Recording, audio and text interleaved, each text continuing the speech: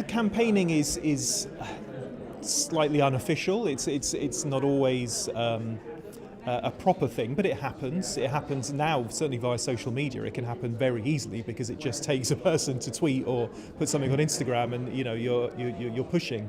But yeah, there's a lot of hard work, and certainly publicists who work with their actors and their directors, when they get a nomination, they're gonna go into overdrive to get them out to screenings, to get them out to the voters, like a sort of political campaign, really. And some people do it more than others.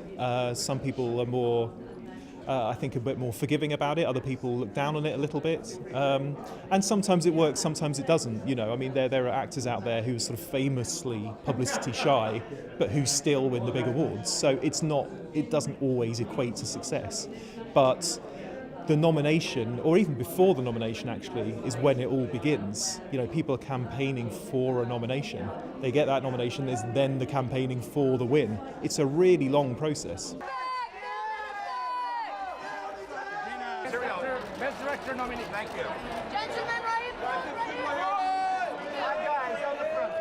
Thank you. Mr. Ford, right here. Tom. There's an element that when you see an actor or actress do a question and answer session for a panel, you see the real person, if you like. You're not seeing the person they played on screen. Maybe you're just seeing someone who's a bit warmer and more laid back and, more human. They're not a movie star anymore. They're just a regular person who's sat a few feet away from you. And that really helps, I think, for voters to appeal to voters. But, I don't want to place too much emphasis on it, because I've been to a lot of those Q&As and seen a lot of people, and it doesn't necessarily mean I vote for them. It's interesting, it's eye-opening, you get to see a great movie, you get to hear some interesting discussions, but it's not always that simple. It doesn't necessarily mean you're going to put a tick by their name when it comes to actually voting for them.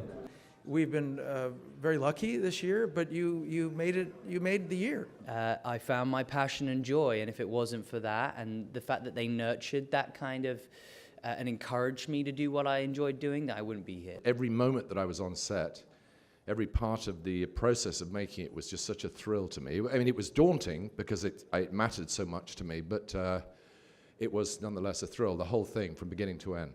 Well, that's why the award-friendly films come out when they do, because the film companies realise that a lot of the voters, well, not just voters, human beings, we have short memories, so we're perhaps more likely to vote for something we've seen recently. And then, of course, you get the nomination and the film is just out at the cinema. It's great publicity. People are going to go and see it.